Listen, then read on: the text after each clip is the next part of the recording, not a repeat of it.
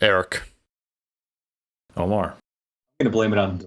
What can I say? Ben, what's going on, man? We got, is this the fifth time you've been on the podcast? What is this, the fourth time? We're racking them up. Yeah. I'd say fourth or fifth, yeah. Huh.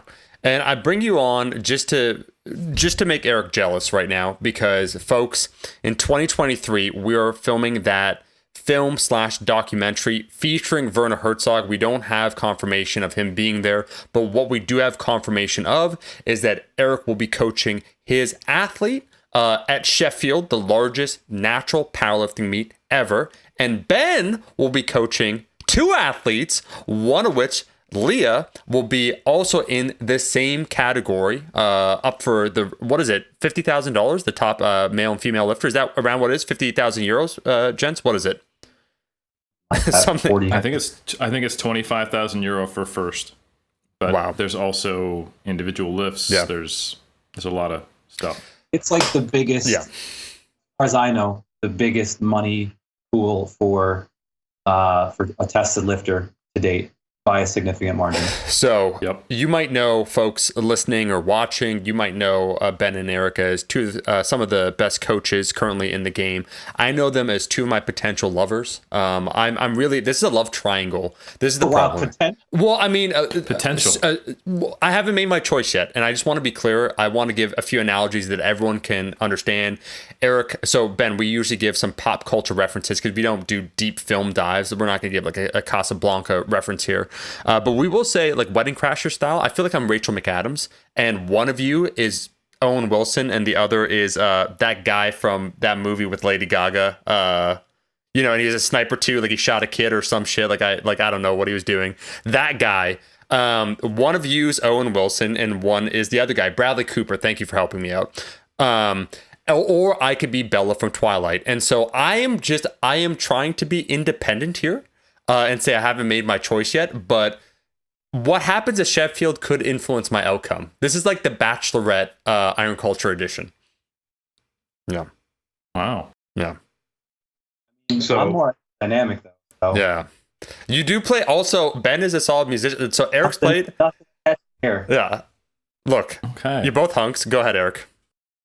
I was going to say something about I didn't even know that this was a competition. I never consented to it. I'm uncomfortable with it. I'm married. Yeah. But then instead of what I was hoping was that Ben would back me up on that, he starts to point out how he is superior to me and should be the choice. He's playing game. He's playing the game, man. He knows what's up. Very predictable whether saying that that's superior or not, though. So, it depends who you ask. Yeah. Now, Eric, I will say that the best competition is when you don't know you're in a competition, because then you're naturally performing at the level that would be assumed when there isn't any pressure. So I want to see you in your natural state. Me now, declaring it, making it declarative, what's going on, could skew it a little bit. I just want the Iron Culturists to know, because Ben, Eric, we are doing that documentary in 2023. We will be traveling. Sheffield's a big thing. That's an interesting starting point. I do want to introduce Ben properly in a second. But before we do, there is one review I have to read, because guess what? We said, hey, leave a review for Iron Culture, and they leave these reviews, and I'm going to let the audience decide. You can leave a comment in the YouTube section, but they take the time. Ben, like the Iron Culturists, the lifelong lifters, they're dedicated. Gone are the one sentence summary of like pretty good or whatever, 3 out of 5, leaving reviews. We get 5-star reviews typically, and they go something like this. I'll just read this, and then, Eric, I want you to introduce Ben for us properly to the Iron Culturist. The title is, Iron Bro Culture is the punk rock of evidence-based fitness content. I love it already. Written by Derek Trexler. Come on, 5 stars. So it's almost like written in a stanza, so it's like lyrics, but there's no clear delineation between parts. So I'm just going to riff on this. We'll see how it goes. 8 o'clock Monday night, and I'm waiting to finally listen to a lifter a little cooler than me. His name is Eric. He's a doctor, and he's hunky. He's got a Milo tattoo, but I'm not quite sure what that means. But when he talks, all the gym bros and the swole king sing, gotta get me some hypertrophy, because he's watching Omar jerk, creaming over jorts and thighs, listening to the research, huge PR in his eyes. It's like that Hereditary movie. If you were me, then you'd be screaming, lightweight baby, as I fall miserably. Pinned by the bar, listening to Iron Culture Pod. Come on, Eric. There's a little like rhyming in there. Come on. Eric, what you think? All I gotta say is one word: bars. Bars. My man's got bars. Yeah, I mean, there was a little, not safe for work content in there, but besides that, it was a really solid review. Thank you. I mean, yeah, no, I mean, first off, all seriousness, my man took the time to write the review in that format. Come on. And that just makes me feel good from the bottom of my heart. Come on. So shout out to you, sir. Derek Trexler. Thank you, Derek Trexler. Yeah, and I'll just say that, I really do appreciate everyone putting in the effort. We have the lovely Kai now putting in timestamps so we can properly introduce this episode, which, folks, alert, we're not going to spend our budget because we already spent it before, but it's a monster episode. We have the Benjamin Franklin Esgro back in the house. Eric, properly introduce my man, because I could be accused of being a little biased because he is my partner in elemental formulations. So there's a financial conflict of interest, whereas Eric, for you and myself, there's no financial conflict of interest because we're actually in debt together. So that's a different level of harmony, No, people might know that I technically have 2 master's degrees. Right. Now, this might sound like, Eric, why are you talking about your degrees when you're trying to introduce Ben Esgro? And I want to explain that compared to this man's 2 master's degrees, I don't have 2 master's degrees. So I needed to get a second master's degree, which I studied protein. It's called an MPhil, Masters of Philosophy, to qualify for the PhD program that I eventually did. But really, it was just a 1-year thesis, which many people do as a part of their 1 master's, but the master's I had was purely coursework. So yeah, I've got 2 masters on paper, but this guy has a legitimate 2 master's degrees. He started out getting his master's degree in sports nutrition and being an RD. That's right, registered dietitian, folks. He is the food police, quite literally. And then he said, that's not enough. I need more information than this to properly formulate and run the supplement company that I run, and that it would eventually become Elemental Formulations with yours truly, Omar. And he said, hey, let me go back and get a second master's, and I always get the wrong title. Is it Pharmaceutical Sciences? Yeah, so it's Pharmaceutical Chemistry. Yeah, Pharm Chem is the concentration. See, I got it right. This took me 2 tries, just like my master's. So this guy is a true expert in not only sports nutrition, clinical nutrition, but also pharmacokinetics and the underlying chemistry. And he's a formulator. You know him probably from the podcast, because I want to say this is actually his 5th time being on. We haven't figured it out yet, but it's a lot. And it's an honor to have you back in the post-200 episode era of Iron Culture, let me say. Things are completely different. And by that, I mean we're recycling guests, we're out of new ideas, and we're going to go down to a lower frequency because we're really scraping the bottom of the barrel here, and people are giving us 5-star ratings purely out of a sense of obligation rather than actually feeling like our content is helping them anymore. So welcome to this post-apocalyptic Iron Culture episode. Thank you very much for being on. Thank you. I think this is the most appropriate time for me to be on then. The timing is perfect, but that was by far the best intro. So I have nothing to add. I have nothing to say. That's a mic drop. So thanks for having me. Yep. And as always, I'm excited for what we're going to get into. Well, we don't have the budget to drop our mics, but proverbially, yes. Yeah. And Omar reached out to me. He said, hey, we've got to get Ben on because he's going to prevent the next turkesterone controversy. And I was like, what? That's a big deal. And so we're here in service to the consumer to make them mad at us. That's our goal today. Yeah, and Ben, before we begin, that's why I think this conversation on Paraxanthine, which people are going to be hearing about probably in a year or 2, if not in the next few months, it may or may not, get the hype train that we've seen before, turkesterone, HMB. I do want to talk a little bit just about being the whistleblower before we talk about the topic today, supplement science, the formulations, the research that it gets into via Ben, and then talking about Paraxanthine. But I just want to say that there usually is a watershed moment that occurs, and up until that point in time, Ben, you are kind of seen as an outlier, someone that is like, what's your agenda bringing this up? Well, oh, you own a supplement company, or you have a vested interest in this. You do get attacked. I remember with turkesterone, where there were some early people, staking some, saying, wait a second, where's the research here? The research really doesn't bear any fruit. A lot of this, the plausible mechanism, it doesn't, make any sense, so on and so forth. That they were then accused, because there's the cult of personality. People wanted to believe that it was an uphill battle when you first start talking about something, because so many people had bought in. And even now we've reached this point. I'd refer to it as the post-turkesterone hype era.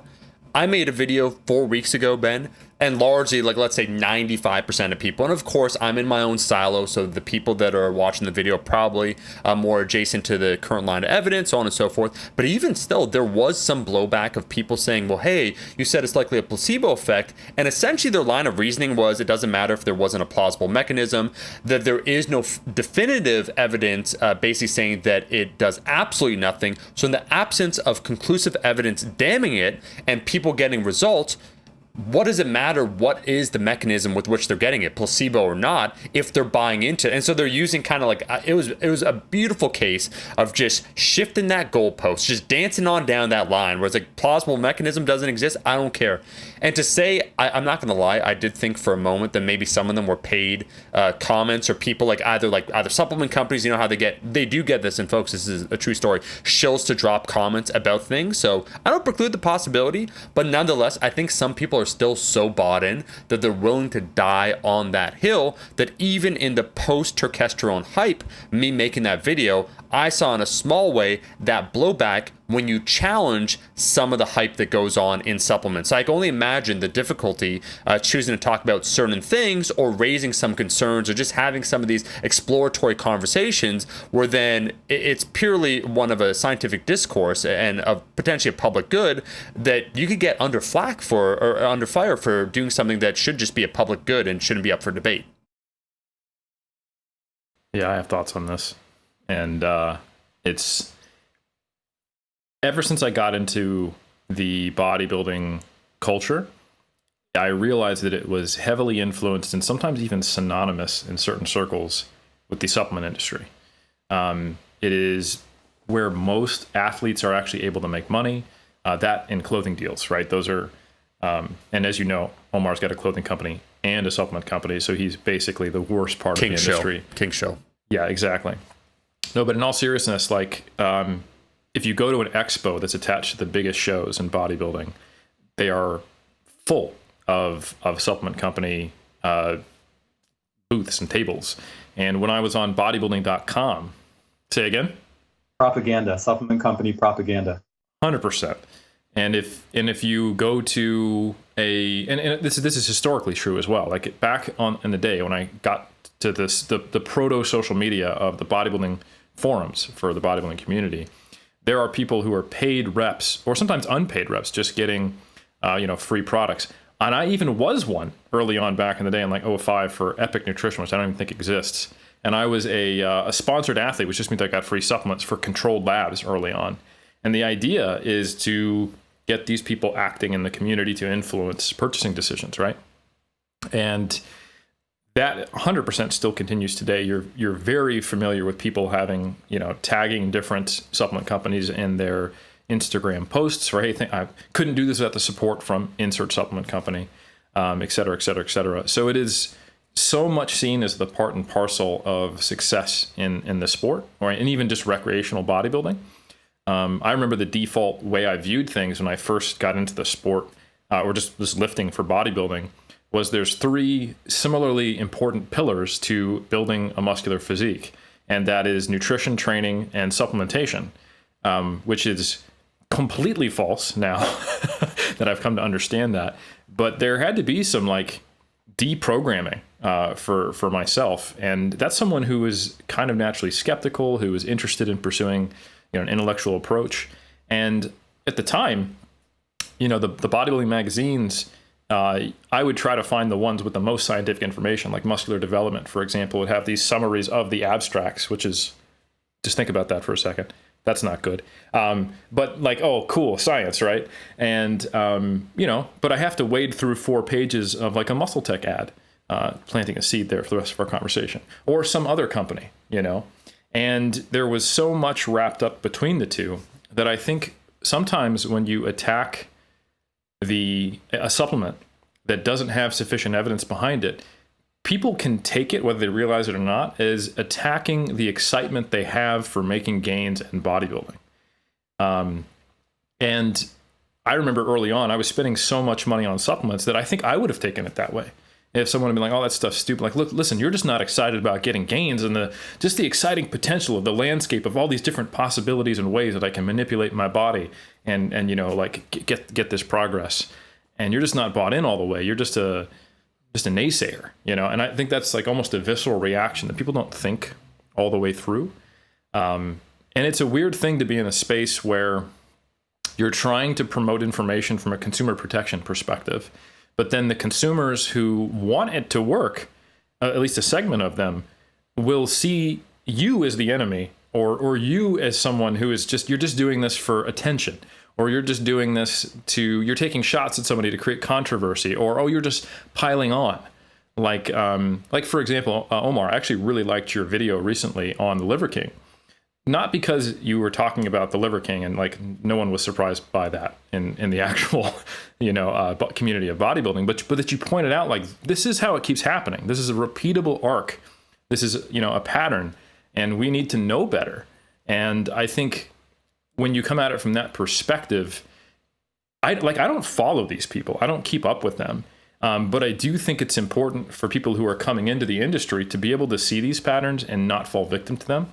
And I think that is an unfortunately uphill battle many times because of how it is perceived, which is challenging. But I think the only thing we can do is speak directly to it so people understand the motivation and the potential service. But it is crazy to me that because it's such a community that's built on the hopes and dreams and the possibilities of one day I can become Mr. Olympia, the bar for high quality evidence for a supplement is, well, nothing has proven to me that it won't work.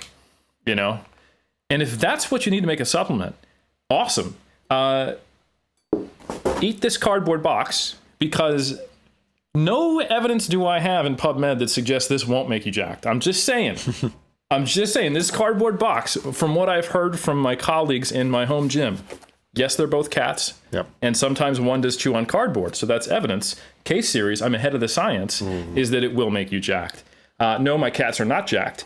But if they lifted, they would be.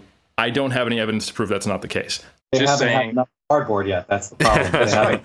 The dose is off. So please buy my cardboard tech. It's coming out in the start of the new year. Ben, you ever notice that cardboard and carb is kind of like they just think about that, folks. It's a 0 calorie cardboard.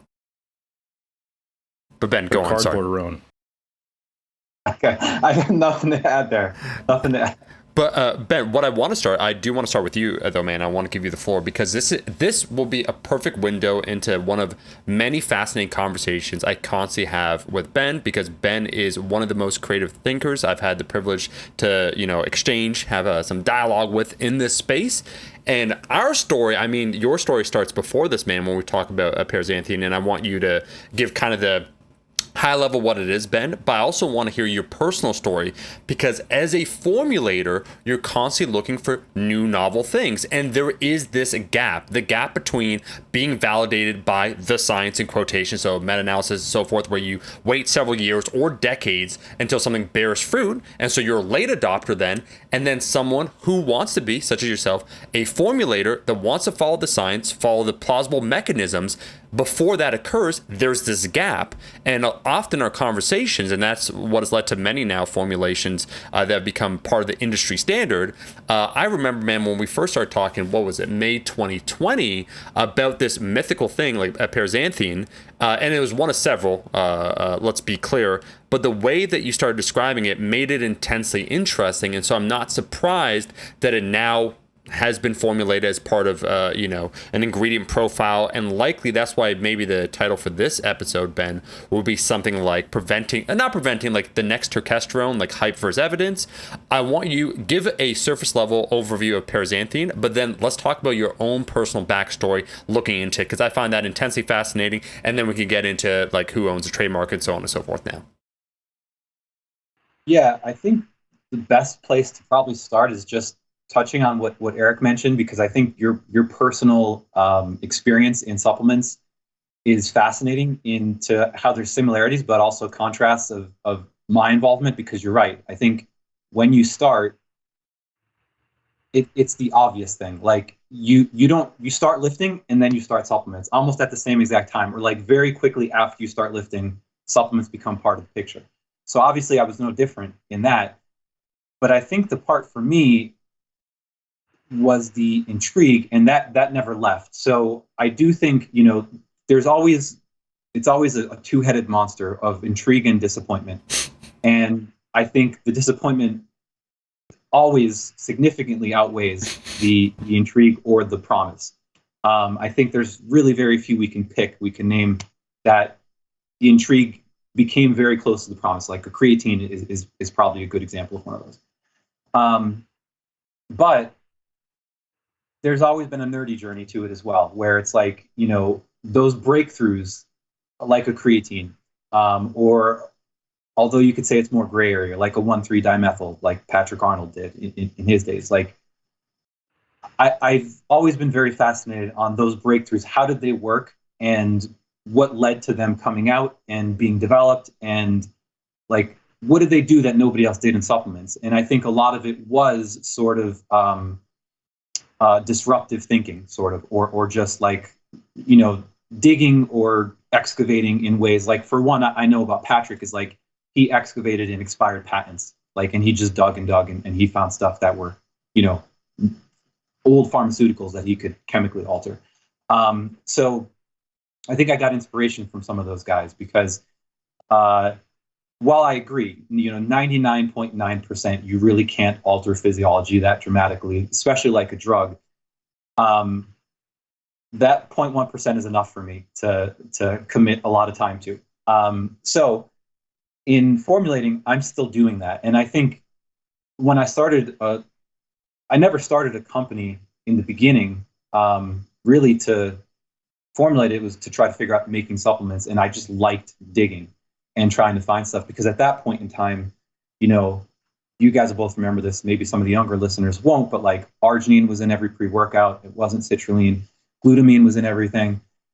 So I think while there's a long way for us to go, I also think that I'm sort of proud of the progress that's been made in the supplement industry. And obviously, yes, that's largely because sales were affected, and the more influential voices came out to the top and influenced all those things, and better ingredients.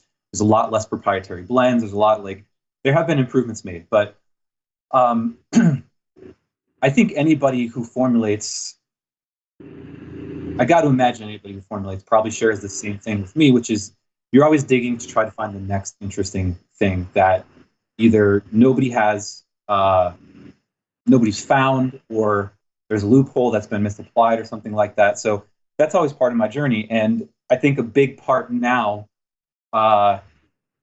because of everything that happened with the 2004 Anabolic Steroid Control Act, you can't alter DHEA and make a great significant muscle builder anymore. So energy has become the category. And that's why you see everybody selling the pre. Usually pre's are kind of the top sellers, with the exception of turkesterone, which is definitely an exception. Usually muscle builders are not the prime appeal anymore. It's, the exotic stimulants. So I'm just always digging and looking for things that pop up that are unique. And I don't even remember how I fell down the rabbit hole. I think I was just looking at ways to make caffeine more potent. So caffeine derivatives, like, what's the mechanism of caffeine? Yes, this is the nerdy part of the pharmacology of trying to understand ingredients better, so I could filter and have a more specific path to find leads, let's call them. So as I'm looking at caffeine, I find that caffeine is 1,3,7-dimethylxanthine. The important part of that is that one group is very significant on the activity of caffeine, of why it gives you energy, why it's a stimulant. So I started looking at, okay, like, can I chemically alter the one group and make it stronger? It turns out that you can. There's a derivative that's been made called DMPX, propylxanthine. Basically, they put a long carbon chain on it, and that makes it like 20 times stronger than caffeine. Problem is, it's a drug, because at that point, it's not naturally abundant. It's totally a man-made compound. So as I'm digging through these papers and reading, I stumbled upon one about paraxanthine. So paraxanthine is, in its simplest way, it's the main metabolite of caffeine. So when you ingest caffeine, 80% of it is metabolized to paraxanthine. So there's three possible alternatives you can get when you take caffeine, or there's three metabolites. So let's just say in a pill you're taking caffeine. Once it hits the liver is going to metabolize it, and it's going to remove one of those methyl groups. It just so happens that, for whatever reason, the way that it bumps up against this enzyme, 80% tends to get demethylated to paraxanthine.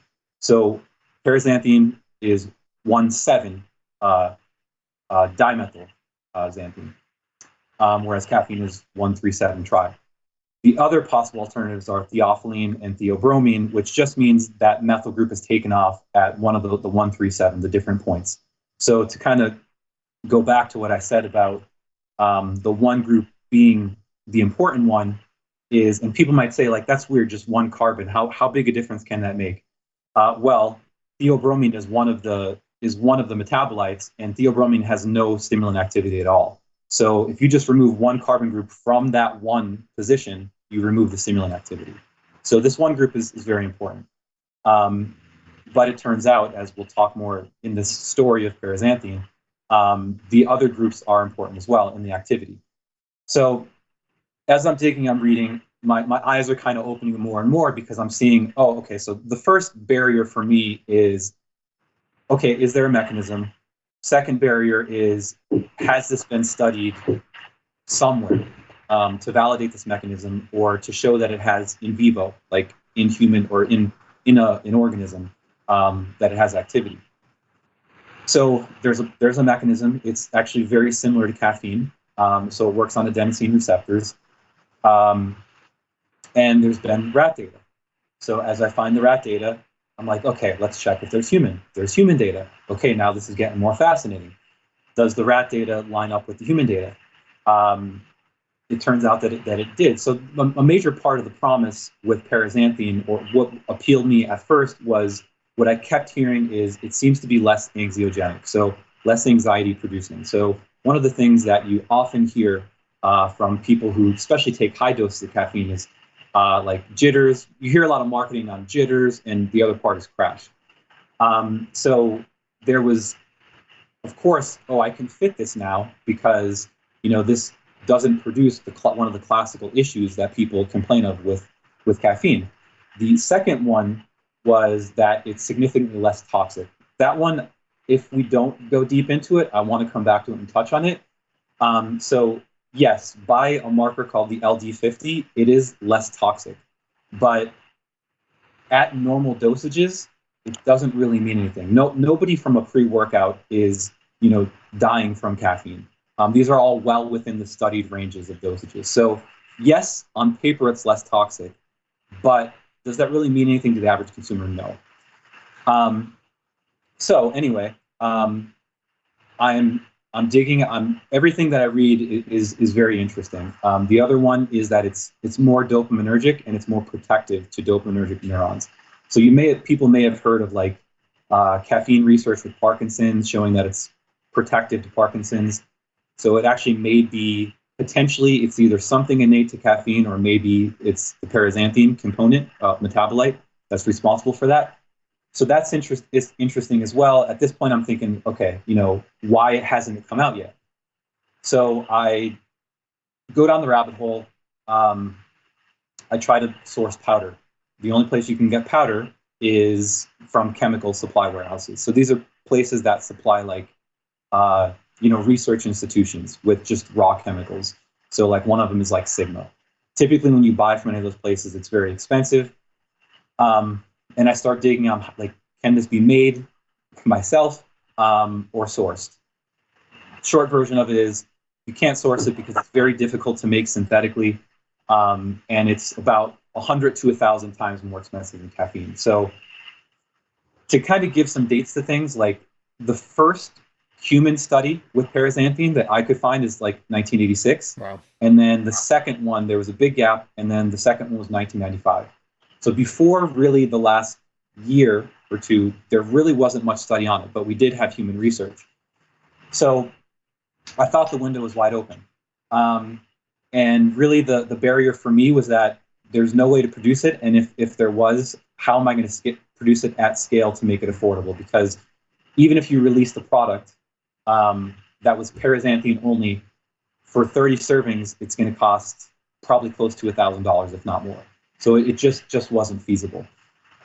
So that was the major block for me. And then to kind of catch us up to speed to today, oftentimes when I find an ingredient, I keep cycling around to see if anybody's found it as well with a bigger budget and more kind of manpower. And then I find that a patent was filed on paraxanthine, that it passed GRAS status through the FDA. That's one of the other barriers before it can become a new dietary ingredient. And it's being launched, and now it's on the market in a muscle tech product that's patented. So that brings us up to, I guess, where we can really go more broadly with talking about it. Gotcha. So we got paraxanthine, which is the most dominant metabolite of caffeine once it goes through the liver, 80% of it. And we think that is the metabolite that does the predominant number of things that we like about caffeine. However, caffeine and paraxanthine are psychoactive. Gotcha. It seems that there's some differing effects between both, but as I'll say quickly and let you have the floor again, is that if you've used caffeine, you've felt or used paraxanthine. Gotcha. But there are additional effects from caffeine. It's not just paraxanthine, or there would be no point to trying to isolate this, correct? Correct.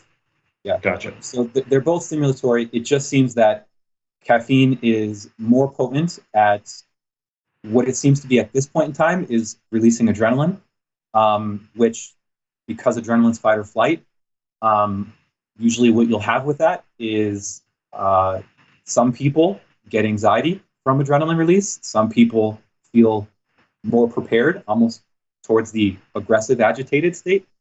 So it seems to be what one of the differences there is that they're about equal potent for stimulation, but because of the adrenaline release aspect of caffeine, you tend to get a little stronger effect. So let me ask you this. You mentioned there was rodent data in the 80s and then human data in the 90s on this. Is this the type of data that's simply identifying mechanisms of action, or is it actually getting at the subjective experience of people taking it? Or is that more just something that people are saying? That's a loaded question, because how do you ask a rat how they feel? Well, in the human data is what I'm talking about. Yeah, so the original ones looked at mechanism. The animal data looked at mechanism and behavioral differences, because that's our best surrogate marker for kind of attaching that to feels or sensory experience. The most recent humans, so the 80s one was just looking at the pharmacokinetics of basically caffeine and then its parent metabolites or its main metabolites. So no data on like subjective experience. The 90s one was very similar, but it was more so shedding a light directly on paraxanthine. So basically, like, is it stimulatory? What does it do on heart rate? What does it do on body temperature?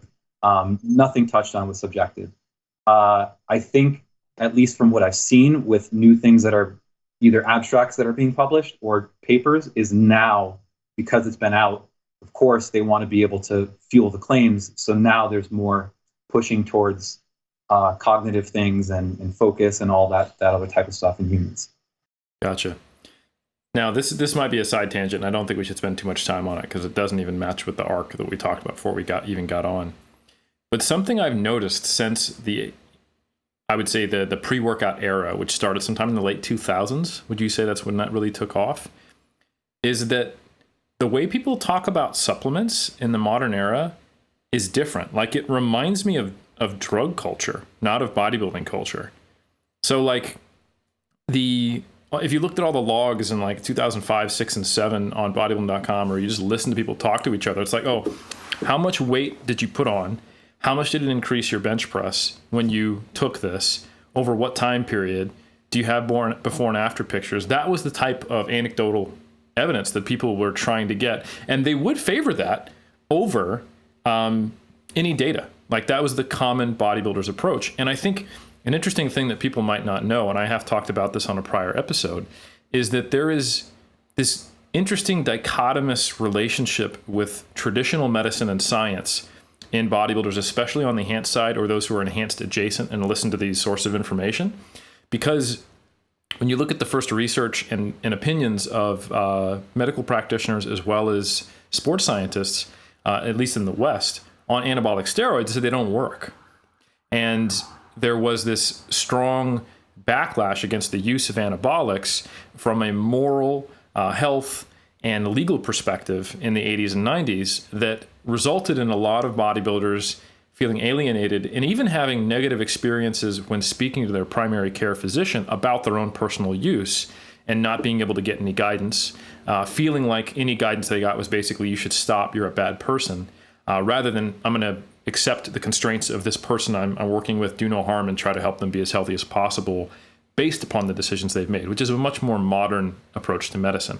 But anyway, the outcome of that, if you read some of the sociological papers with interviews of bodybuilders, and even the ones published in like the early 2000s, that there's still this distrust of the quote unquote medical establishment. And I think that's honestly these days to the detriment of most bodybuilders and most bodybuilding consumers. So what you would do instead is acknowledge, okay, listen, I want to know about the science, but I'm not going to look at some study from PubMed or listen to what doctors have to say about it. I want to know what the gurus have to say and what my fellow brethren and sistren who have posted on bodybuilding.com have experienced and what their gains are. And that was what I came up in during the supplement era, is I want to see that there's double-digit number of people who are all experiencing the same accelerated rates of gains before I jump on a supplement. But nowadays, it's people are like, so what does it feel like? You know, like, and it's like, oh, it's like it's a more intense feeling, but a little smoother, and it doesn't last as long, and you don't get as much jitters. And it reminds me of like when not because I'm not part of drug culture, but like when I watch like The Wire or shit like that, or like, you know, like we joke that you are the Walter White of the supplement industry, but like, you know, when they're talking about his stuff is pure and what it feels like. And I honestly wonder if, because essentially the pre-workout era at its peak was just chemical alterations to meth, or in some cases just basically meth, that it didn't create a bit of a drug culture in the supplement company. Because I don't relate to the people. Like, even when I put myself in Eric Helms' shoes of the guy who used to spend all this money on supplements instead of just now basically taking creatine, I'm like, what are you people talking about? I don't, like, what does it matter? Like, what it feels like when you work out. I like to train. I'm training hard. Am I getting better gains or not? Not like, am I seeing the vivid colors differently when I'm trying to squat? So like, for me, I'm like the old man yelling at the clouds because I don't even understand it. But I do wonder if it is actually from people getting legitimate highs from pre-workouts that are now still looking to chase that the good old days when Jack 3D was around. Yeah, I think it's definitely at least partially that. I also think it's that it's been a shift from what can we change, because the one part that I think is undeniable about supplements and the business of selling supplements is the supplement's going to sell better if you can feel something. Like, I think there's a reason beta-alanine is stuck around, because it gives you pins and needles, and you attach that effect to it working. Whether that's appropriate or not, in most cases it's not. It's something, and it's something to hold on to and to sell, because you can sell a feel. I mean, experience is a feel. So I think it's really been a shift of, yes, the culture, the consumers using things differently, but I also think it's a shift in the business of supplements away from the chronic to the acute, because adaptation, meaning like we know that we can't, like, it's the likelihood of us finding another creatine is probably low. It takes a while to work anyway. And even when it does, it's not going to work like anabolic steroids. You feel caffeine. You feel it 15 minutes after you take it. Stimulants, universally, you feel after you take them. So I think as pre's, yeah, we talked about Jack 3D. I think that was like an evolution from the original one, which was ephedra. And I don't think it's a coincidence that those things work and they take off and they change the supplement industry forever after that. So I just think we are living in the era of the acute and of the stimulant until potentially that becomes the new thing that gets scheduled. Then it'll be something else. But I think we can agree, but also probably most people who use supplements can agree that the feel from citrulline isn't nearly as exciting as the feel from caffeine or yohimbine or ephedra or whatever, unique exotic stimulant that you've used that have been thrown in products. Eric, I will say, in contrast, though, also to what you talk about when you refer to drug culture, I think for most people, because they are doing the same shit over and over again, their subjective experience and how they frame their inner world does become important. Where, let's say, objectively, their numbers aren't going to go up, right? But as someone like myself and Ben, where we do like novel experiences, we do like trying things, it becomes part of almost the ritualistic culture of experience that, let's say, as example, you take a high dose of caffeine versus like you add in like some huperzine instead and you lower the caffeine, and the energy that you feel, whatever, subjectively, you feel a little bit more euphoric or what have you, and a little bit more, a little less anxious, so on and so forth. Now, will this lead to new PR? Absolutely not. But your inner world state while you're lifting then does change in the way that you view it and how you interact. And you're like, oh, okay, like this feels good, so on and so forth. And I think for most people, because there is an element of monotony within training, not that you're trying to escape said monotony, but you're just trying to elicit different feelings and emotions. And that's why it is an experience of lifting, why they'll choose some of these things, sometimes to their own detriment. But even when they talk about, and I'm sure we've all heard this, and it's not just the 18-year-old YOLOs, but even sometimes specific flavors, right? Where they have associations that build with those flavors. And so I do think there is a ritualistic almost component to taking something, even though it's not going to do anything markedly different. And then it changes your inner world because of the way that you perceive it and so on and so forth. And even things like the beta alanine, which I find just interesting, where to Ben's point, like we had a whole debate in Elemental whether or not to include it. And we basically decided to include it not because we thought it was super effective, but because people have that association that they go to the gym, when they feel it, Ben, they start feeling the tingles. Oh, the pre's in me, right? So that's a completely subjective marker that will not change their outcome in the gym, but for them, for again, their mindset and everything else, and again, their experience of it, it could perceptively change it. So if that reviewer is right, that iron culture is punk rock, then I am at best a lame straight edge guy. Your dad rock. So Ben and myself are Black Flag, correct? And you're U2. YouTube post iTunes. With the edge where he's like dicka. But it's like, bro, they're worldwide. Like they're huge. I do think that's funny though, because admittedly it is wishy-washy. Yeah. Like you're talking about something that's very hard to pin down. Yeah.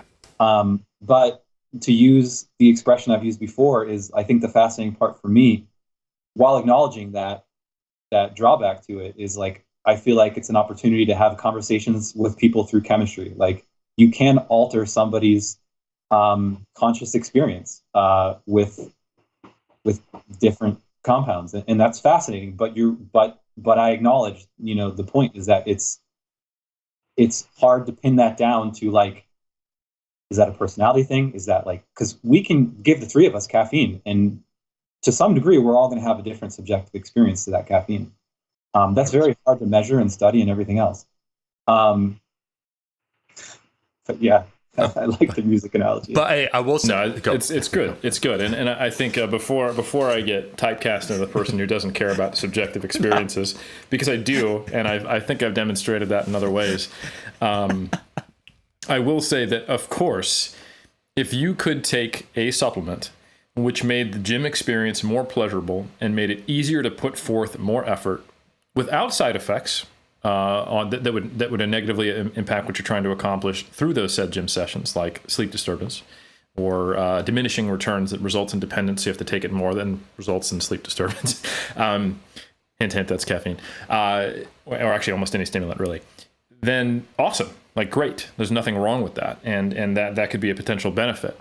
And I don't deny that subjective change in experience couldn't actually have measurable results in some type of long-term effect, even if it's just to enhance your adherence and make the gym more fun. But it does make you then wonder, are you actually enjoying the gym? Or are you enjoying taking the pre-workout? And you could take it before grocery shopping. But anyway, I totally get what you're saying. And I just think I think it's an interesting commentary on how the supplement industry has changed, and then the knock-on effects on the consumer, and then the supplement culture, which, like I said, is heavily tied into the bodybuilding culture. I think it'd be very interesting to see in this parallel universe where the DHEA derivatives never got banned, if we'd be in a different place. I think that's just SARMs.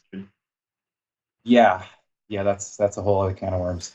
Hey, but I mean, I think the interest is still there. There is still definitely a market, so long as people can creatively. Because the whole myostatin problem hasn't disappeared. Is like, I remember before turkesterone, there was this thing called like fertilized egg yolk extract that was like called follistatin or something, and it was on that it inhibits or lowers myostatin.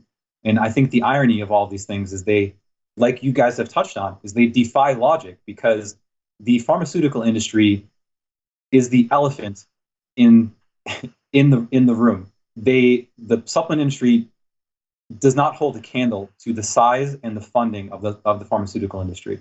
If these things could be had, these effects with very low toxicity, with no side effects, they would be pharmaceuticals. Like, you see that very commonly. Like, they try to schedule a lot of supplements that work. I'm surprised that, it just so happens that creatine never got scheduled because it's part of meat, and it's a part of the food supply. But, if these things truly have these dramatic effects, why are the best funded industries in the world not selling them? And the irony is, some of the people that use that stuff as evidence is, ironically, the first step that they talk about when they say, let's just use ecdysterone or turkesterone as an example. When they look at these mechanisms, the first thing they say is, how can we study the mechanism to amplify the effects, to chemically alter it and make it more potent and have less side effects? They're trying to make it a drug and improve upon its poor aspects. So yeah, that's a little sidebar, but I think it's interesting. Eric, I will say, what I find interesting here is everyone's identifying kind of a problem in the supplement space now that so many things have been banned, and so stimulants are kind of, in quotations, the final frontier. To your point, what is the common issue? I could take caffeine, so on and so forth. I can up the dose, but maybe some of the negative, in quotation, side effects become enhanced, such as sleep deprivation, sleep issues. I feel overly stimulated. I feel extra anxious.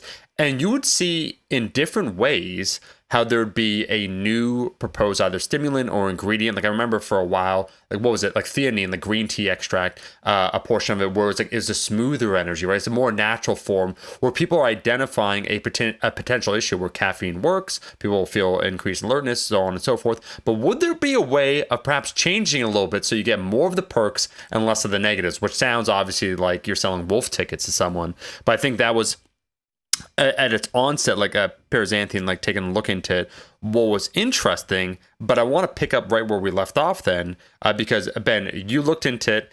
It cost $1,000 for a gram. That's a little rich, and that's an interesting side commentary. First $1,000 I ever spent. Yeah, yeah. And we did, and we, for Elemental, full disclosure, we did pick up a gram worth. Just experiment with it and see, like, obviously, it's one of those things. Okay, well, how does it even feel in the first place?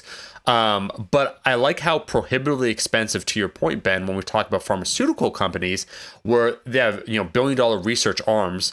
Like, you think that if there was something truly novel and game changing, that it wouldn't be discovered elsewhere. But nonetheless, even to explore something like this, paraxanthine, where it is prohibitively expensive for any company. So you have a Benjamin Franklin Esgro that's already been aware of it for a while. It's like, okay, I can't really a manufacturer, I can't make it. I can't even test it, therefore, to see the validity of it, to have a large enough sample size. Where do we go from there with this mythical, oh, it's like caffeine, but it's smoother? Let's say that's like the top selling point of the way that it'd be marketed, or the way it would be seen, a little gimmicky, but the way maybe the angle would be. Where do we go from there, Ben, once maybe some people catch wind of, oh, there's another form of like kind of caffeine, like an extract of it? What's going on? Where do we pick off now that we bought it for $1,000? We got duped, and that's our end, because we couldn't find a way to synthesize it for a lot cheaper to then begin testing it in any quantitative or qualitative way. Yeah, I mean, it seems like there's quite a large pool of people that have used it, and from what I understand, before it was launched, there was pretty large pilot testing for it. I think, as with anything with research, there's a delay now to see some of that published work. But I think, from my perspective, what it really comes down to is understanding everything I said prior is true. And I think there's appropriate things that are said in the marketing, and then I think there's stretches. And I think it's important for people to retain skepticism and to understand a couple key elements about paraxanthine that doesn't make it innocuous, and it doesn't make it just because, okay, let's say it's lower toxicity, or because it is less anxiety producing, that it's this panacea for the supplement industry. I do think it's unique. I think, for me, I'm fascinated that they were able to work through all those problems to get it launched. But I think it's important to understand that it's still a stimulant. So, things that are true of caffeine most likely are true of paraxanthine. Again, because when you take caffeine, you're metabolizing a large, over at least two-thirds of it, to paraxanthine. So things that are true that are drawbacks, maybe the anxiety isn't, but the possibility of interfering sleep, there's claims, but I'm yet to see any data to support that it doesn't impact sleep latency, REM sleep, any of that. So I'd be skeptical about that. It doesn't mean you could take your paraxanthine at 6 or 8 p.m. and you're going to be fine. I think the other part that is probably the more important one, because, again, one thing that's true in the mechanistic studies is that it seems to be more potent of a dopaminergic, paraxanthine that is. Understand that anything that's dopaminergic is going to have withdrawal. Part of the reason that you withdraw from caffeine is because it's dopaminergic.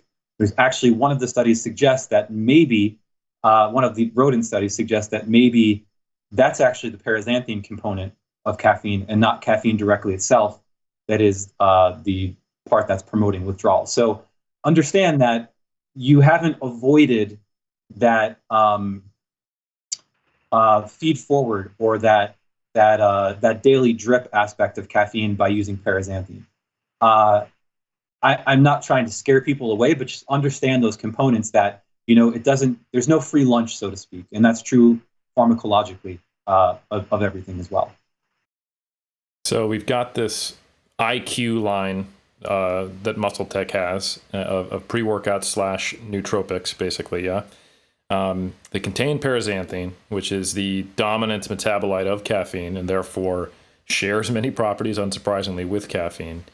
Patented either by Muscle Tech or perhaps by the formulator, and then licensed to Muscle Tech, unsure of that exact relationship. And there's marketing, unsurprisingly, around paraxanthine, some of which is potentially accurate.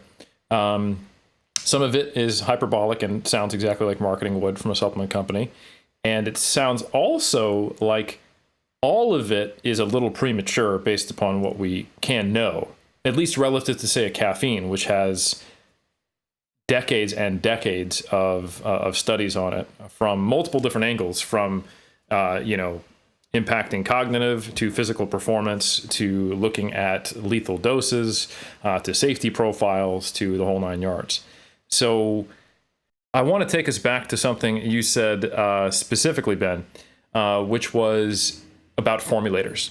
And you were saying, and I think you're speaking from your own personal experience, not only as a formulator, but also knowing other formulators, that you have to think that anyone who's a formulator, they have an interest in finding novel forms of impacting experience or impacting physiology, because that's the whole reason it's cool. And I think sometimes I wonder if like crossing the line to what I would think would be unethical, and which certainly there's incentives for, but I'm not denying that people are probably only going to have this as their motivation, but it might get twisted over time, would be a formulator that's simply looking for something. They're doing that archaeology, if you will, through these old pharmaceutical texts and figuring out, and they're digging in the archives, like you were saying, to find something that's plausible enough to market, rather than finding something that they actually legitimately think is going to be a big deal. And then they're letting the placebo effect and a multi-million-dollar marketing budget of a large company do the rest, because that's all you need to justify to get a licensing deal is, can you sell it a lot, not whether it'll actually have the impact that it will on the consumer. It's better if it does, because products which have not only a placebo effect, but an actual effect, either experientially or actually objectively, are going to have a longer career shelf life, right? They're going to get bought for more than just the launch once the marketing peters out. But I don't know. How do you feel about that? Where do you think this product, the Paraxanthine products, lie on that spectrum? Do you think this is a legitimate interest in all? This is kind of a cool, mechanism. This might be pretty interesting. Or is this just something that, okay, look, we know caffeine works. They're going to get something out of it. This is basically the same thing, but we can market it as better. I think you're right. That's a very fine line, and it's impossible. You'd only be able to guess at motives for other people, in which one is the overruling or the overriding one.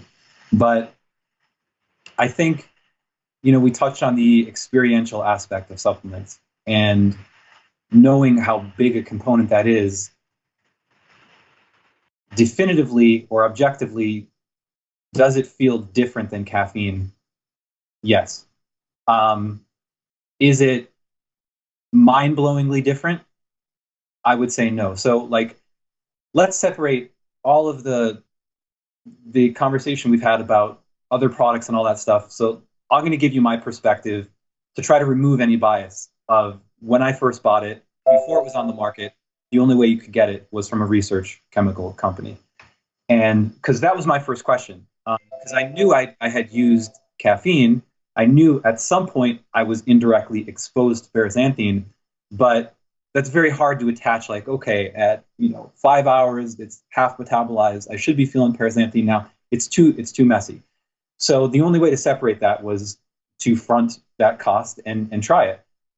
And I think the most interesting aspect to using it was, did I feel something different? Yes, it's smoother. So it feels like half metabolized caffeine. So if you've used caffeine and it's not the first spike, when you get that first wave, that's mostly caffeine. At least by the pharmacology of it, that's what you should mostly be feeling. But as caffeine, of course, in the blood is dropping, because it's a metabolite, Paraxanthine's rising.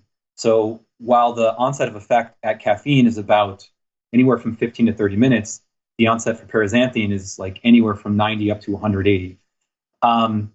So I would say that potentially that overwhelming stimulation, especially from a higher dose of caffeine, isn't present in Paraxanthine.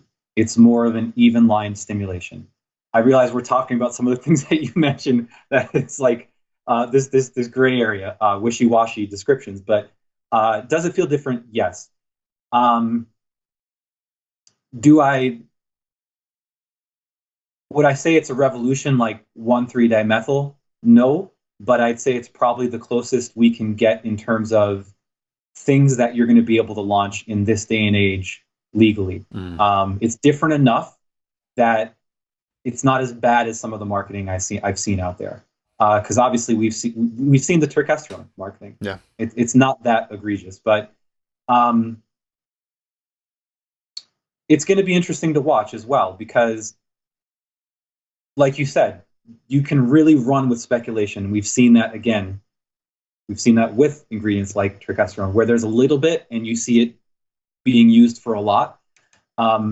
We actually do have human data, and it's not in huge sample size. There's not these massive randomized controlled trials, but it'll be fascinating to see if the human things repeat some of the rodent data. But we just don't know. So talking to your responsibility end of it, I think the market, like, it's just things that you accept as drawbacks for the supplement industry. I think the marketing is always going to be ahead of the data. It's just never going to change. So I don't know. Like, I guess the best answer I can give you is, like, if we could have done it, would we have launched it? Yeah, because I thought it was novel and interesting enough and different enough that it. Here's the best answer I can give you. I think it fits certain purposes. So this is my putting my formulator hat on. I think it fits certain purposes of formulas. Like, if you're saying that you want to have,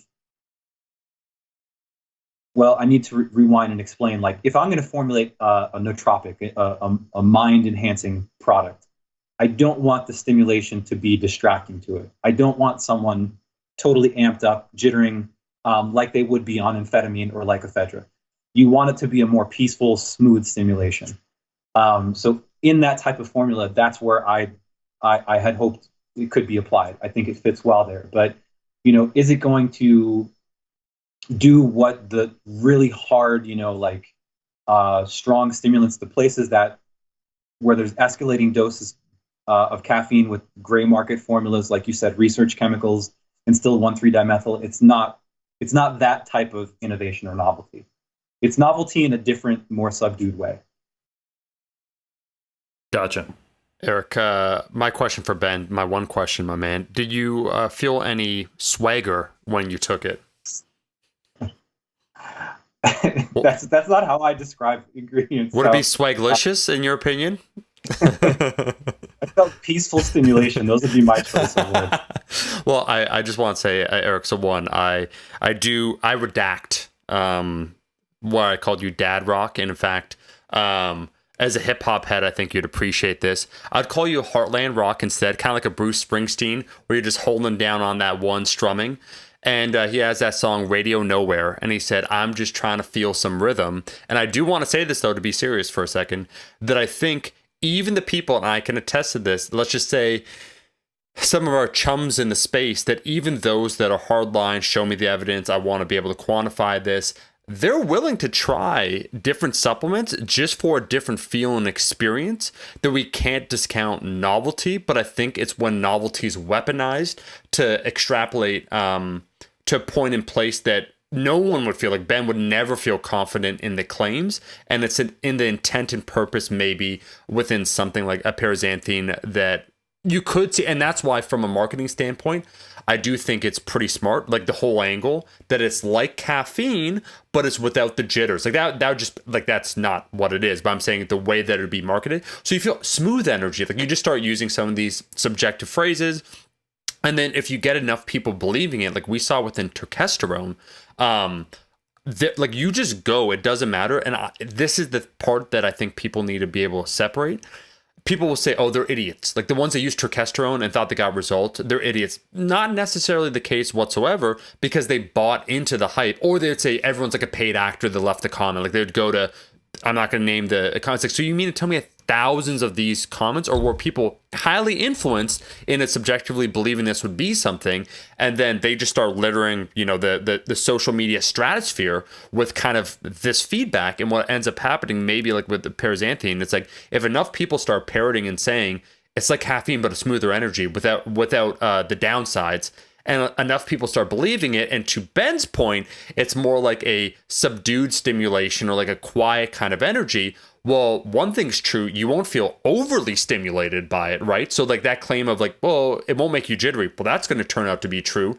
And then that much more subjective experience of like, it's a smoother energy. They'd be like, well, yeah, like I didn't, caffeine sometimes, like I do feel anxious, or like whatever that is, that extra alertness. I didn't really feel that. So yeah, I guess you're right. And that's how you have a marketing storm take off. Before we continue though, Ben, real quick, comment on that. I want to go back to the toxicity though, because you said don't let us forget about that, and I just remember that. But go on. Yeah, to your point, I'll say marketing thrives in that area. Yeah. I mean, that is really the sweet spot for marketing. Yeah, so there's mentions of toxicity, and yes, by the data, there's a measure, at least in animals, that we use because it's not ethical in humans, called the LD50. And LD50 just means lethal dose 50. So half of your study population is killed by the intervention, and that's where we're finding there's this window we call therapeutic index. That's like the safe dose up until LD1, which is it kills one in the population. So the LD numbers are higher, higher dose for paraxanthine than they are caffeine. So that's objectively true. But I think it's a bit of a stretch to market that because we don't have people dying from caffeine. Caffeine overdose doesn't seem to be like there are limits to the amounts that products are using, and we're well below those LD numbers. So I think that's, it's just like putting in 10 milligrams of creatine and then using that to pop the claim on the label that this could enhance muscle. You know what I mean? Like it's a bit of a stretch, that statement. But I'm also going to touch on something that you kind of mentioned there, and Eric mentioned before, is justifying that willingness to try something new. You guys might feel that this is an appropriate example, but like I think experience is part of human life. Experience is something we're willing to dive into. Like we're willing to try new exotic foods. We're willing to try a roller coaster or something. Like there's a reason roller coaster exists. Somebody went on one at one point and trusted that it was going to work out. So yeah, I think there's certainly like relative levels of risk. Like this is not going to kill you. It's arguably it's at least as safe as caffeine is. But yeah, it's an important note to touch on still though, because clinically relatively unproven as well. This is good stuff. Yeah, I think to bring it clear here, it was intriguing to me when we were doing our kind of pre-call chat about this, because it was news to me. I hadn't heard of it, for the listener, to be perfectly frank. But I'm not surprised because I don't really follow these circles anymore. I haven't been a supplement consumer in that way in a long time. What it takes to produce paraxanthine in any kind of scalable form, it sounds like it requires a lot of money, and it had to been done by a big company. Essentially, you have to bioengineer an organism that produces a human enzyme to therefore basically make a little liver, to spit out paraxanthine. And then you have to do that at scale. So we are talking about bioengineering basically to produce this compound, and then to make it viable enough to be at some minimum cost to sell it in a supplement in a comparable market so that people will actually buy it and you'll make a profit. I wonder how much of that is driving the hyperbolic marketing, because this has got to have a really high cost profile compared to almost everything else that's on the market right now. No doubt. To be fair on both sides, though, that's true of pharmaceuticals. So the issue is like when you patent a pharmaceutical, your patent is usually valid for 20 years. 15 of those are in R&D. You're granted a window of 5 to make it all back. And we're not talking $1 million. We're talking 20 up to 50 million, the budget for bringing in a new pharmaceutical to market. So there is absolutely a price to recoup that money, because we know pharmaceutical companies are profitable. We know that they want to stay that way. So it exists on both sides, FDA intervention or not. That doesn't invalidate your point. Your point is true. It's very true, because to touch back on the personal experience end of it, is that was really, there was 2 bottlenecks in us doing it. One was doing the paperwork and the submission. Actually, there's 3. One would have been a patent to protect ourselves like they did from other people using it. So that'll be interesting, because we see that a lot with licensed ingredients where like you can buy Creapure, which is the licensed form of creatine, or you could just put generic creatine monohydrate. I'm wondering how that's going to play out with this. I got to imagine if they have a big enough budget to fund this project and this thing, they probably have a big enough budget to sue people to stop them from doing that. But we'll see. The second was the FDA. So, like, there's a real interesting sub-conversation with this of how did it come to be a supplement? Because typically, if you're introducing a new ingredient, you have to let the FDA know, you have to file paperwork, and make sure that it's called GRAS, generally recognized as safe, generally regarded as safe. You have to submit, I think, an IND, or maybe that's a drug. There's a term for it, that you have to submit a new ingredient to the FDA. They have to review the information, and then it has to obviously comply with DSHEA. So it has to be either a component of the food supply, it has to be, or it's like a metabolite, an amino acid, a vitamin, or some type of derivative thereof. So it does check those boxes because it's a metabolite of caffeine. It's a component of the food supply via caffeine. And I got to imagine those two human studies were huge. They were only, I think one was 12 subjects, the other one was maybe 20. Those must have been huge in getting it passed initially. And then the third was the production. Because otherwise, like I said, it would have been cost prohibitive to really quick get into the chemistry of why. Is typically when you synthesize a compound in the lab, if it's a relatively large compound with what are called chiral groups, which just means there's different groups coming off very specific parts in the molecule, you will produce a mix of all those different isomers of that compound. So it's very hard to get something that's selected, like run a reaction that's completely selective where you get 100% yield out of what you feed into the reaction. Usually the best reactions, or good ones, like acceptable yields, are maybe like 70%. So that's just a written in difficulty of synthetic chemistry. The second, though, is because of the structure of caffeine and just I guess it would be the quantum mechanics of it. It just happens that it's hard to collide something with that specific group, that specific 3 group, to remove that one only. So like I said, in a lab you could, but I think at most the best reactions that I saw when I was digging in is like you yield 10% paraxanthine. That's unacceptable because you're wasting a ton of caffeine.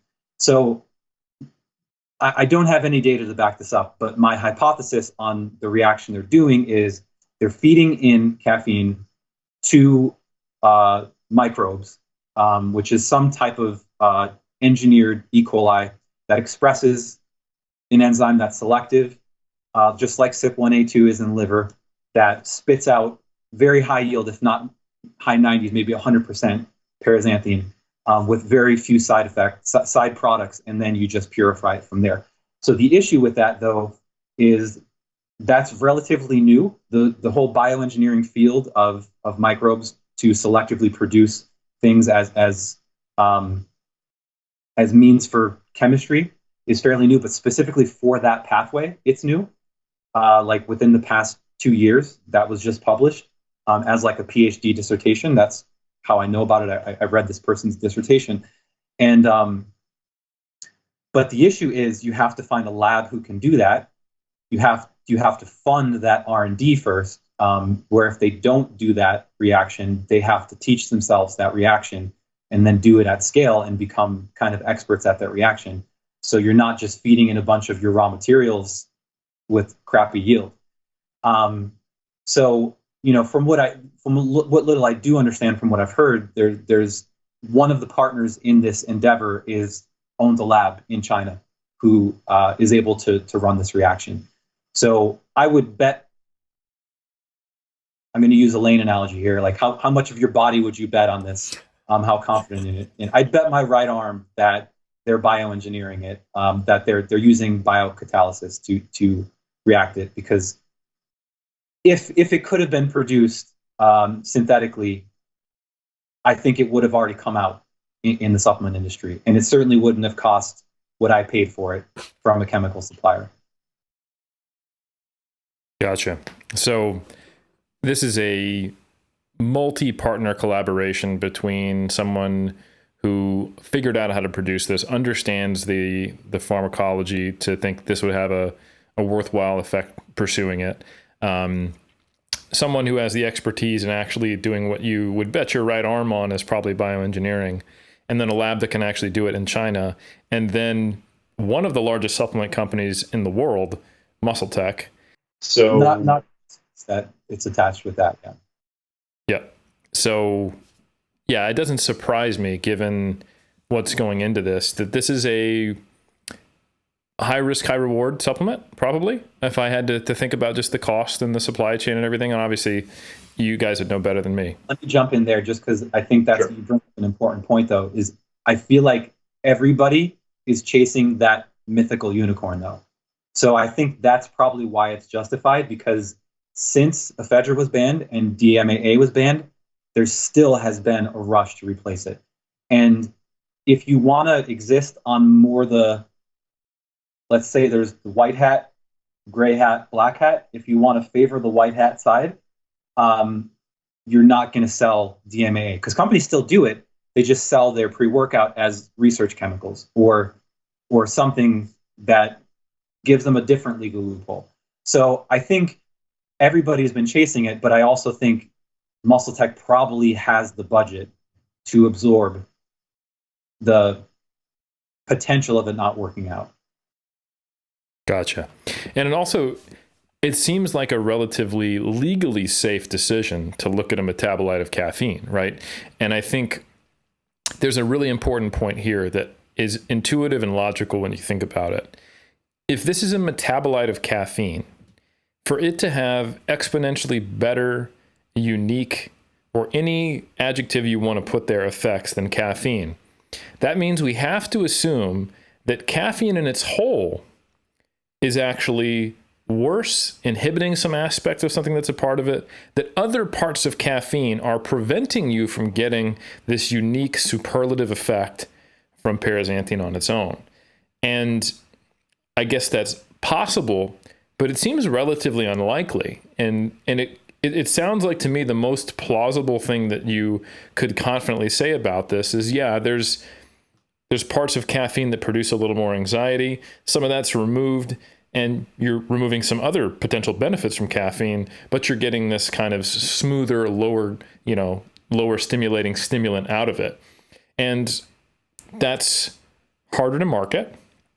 It's not unuseful, like you said. It has a place in maybe less of a pre-workout, but more of a nootropic, euphoric kind of product. And yeah, it's not as harsh. But I think what I don't buy is then trying to put that in marketing for stuff that replaces like your Jack 3D, stuff that is based upon having a meth addict experience in the gym, right? Because we're basically taking something that's less than caffeine from that perspective and then claiming it's going to replace this stuff. That's unethical, because it's probably just not true about the compound, but it's certainly not going to get pulled from the market in the next, legal, falling down that we see every few years in the supplement industry, because it's just a metabolite of caffeine. Is that an accurate way of me framing this? Yeah. So I'll repeat what I said before, is like, if you've used caffeine, you've indirectly used paraxanthine. This just gives you an insight into my brain, though, is like not accepting no for an answer. Is the alternative I thought of bioengineering it, because it was difficult, is so when you read through the metabolism of caffeine to paraxanthine's pretty much unmetabolized. So you urinate out paraxanthine. You see where I'm going with this? So, think about this, though. If you went to a gym or you owned a chain of gyms and you just didn't flush the urine, and you gave everybody or you just had everybody come in and drinking their bang, you could run a very efficient paraxanthine production facility. From there, it's not that hard to isolate. From the urine made from stallions at the gym. So you're getting free liver use. Fun historical fact related to the process of us eventually getting to anabolic steroids. I might be getting the specific androgen wrong here, but I think androstenedione was initially synthesized from 10,000 liters of policeman urine in the 30s when it was first made. I'm happy that we found the yam. Yeah, so that was early on. Then they got to the point of no. How about 100 kilograms of bull testicles to actually get testosterone? And then eventually, that's how we get GH. GH was cadaver GH before. My God. Before synthetic. Yeah. But remind me of your question, because I derailed it a little bit. What you asked me before I started talking about isolating compounds from people's pee.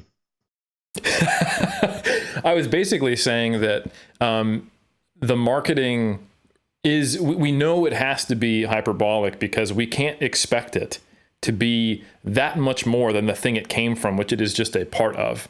Or we have to assume that caffeine in its whole is inhibiting all of these amazing effects that paraxanthine could have. Is that an accurate view? Yeah, so I think it's just like politics here, is whenever you push heavy on one thing or you have one thing that's the predominant theme for a while, you create a void elsewhere. And I think the one unacknowledged part is, I'm sure they've done some research on the demand for less jittery caffeine, I would imagine, or I'd hope.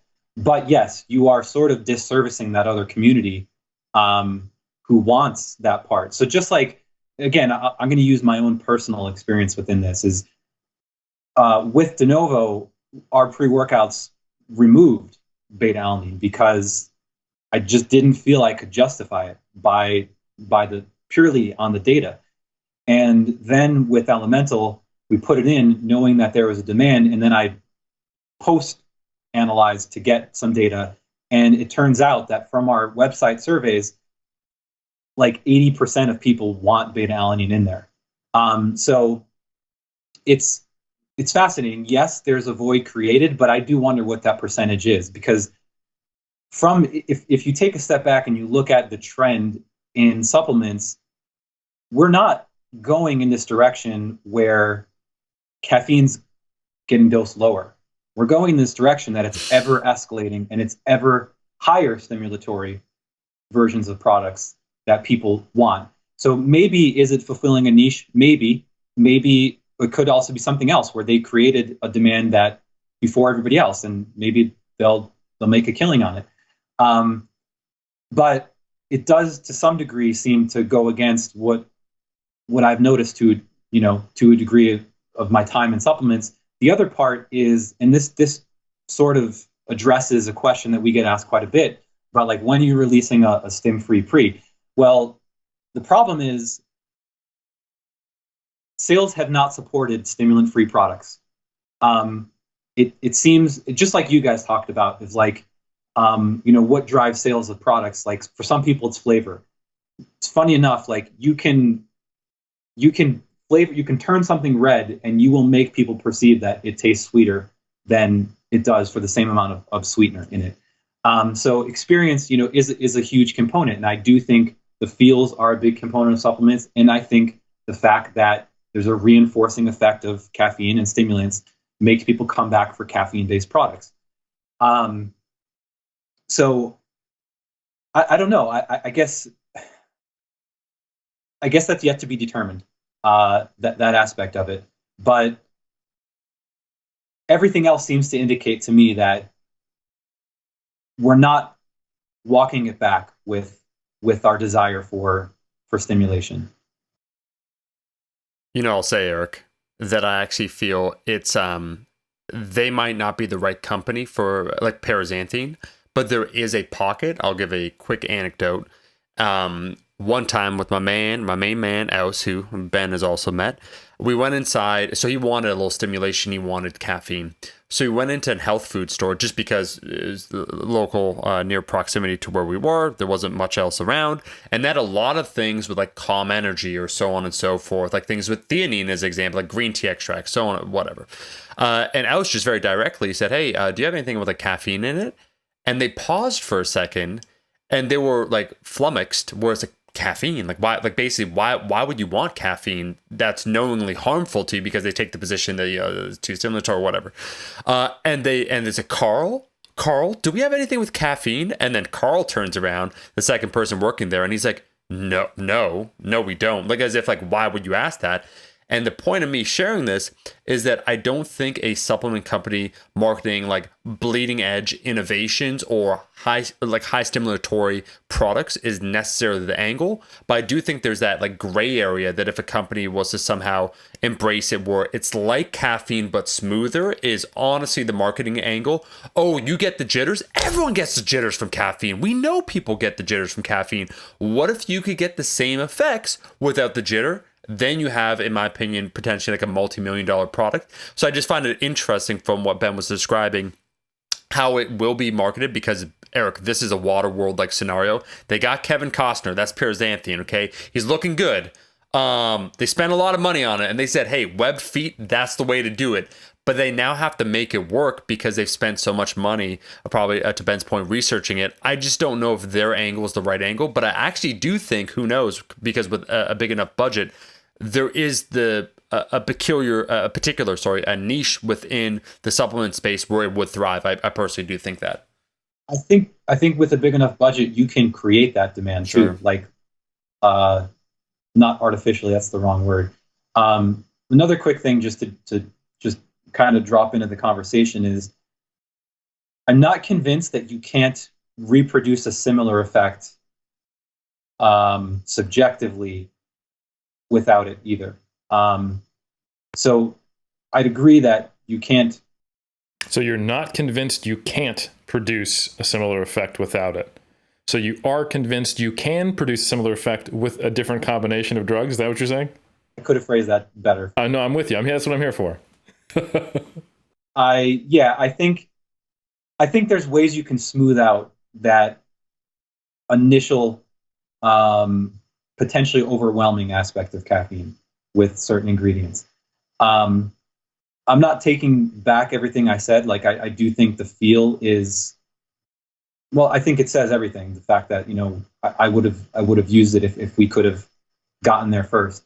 But I will say, in using some of, like, I bounce back and forth. So I actually bought the Muscle Tech one as well. So I used the raw Paraxanthine, and I bought the Muscle Tech one. And I was like, okay, does it line up with the raw Paraxanthine?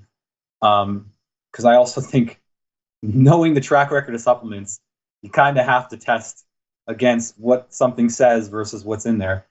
And to be fair to Muscle Tech, though, I think they're big enough that they're probably putting in what they say.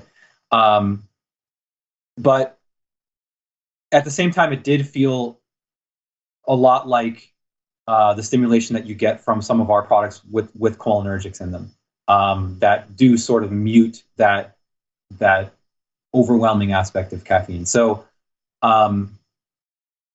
I again, now I'm really projecting into the future, but I think if this does blow up, for people to navigate around the patent, I think that's probably the way that it'll be done.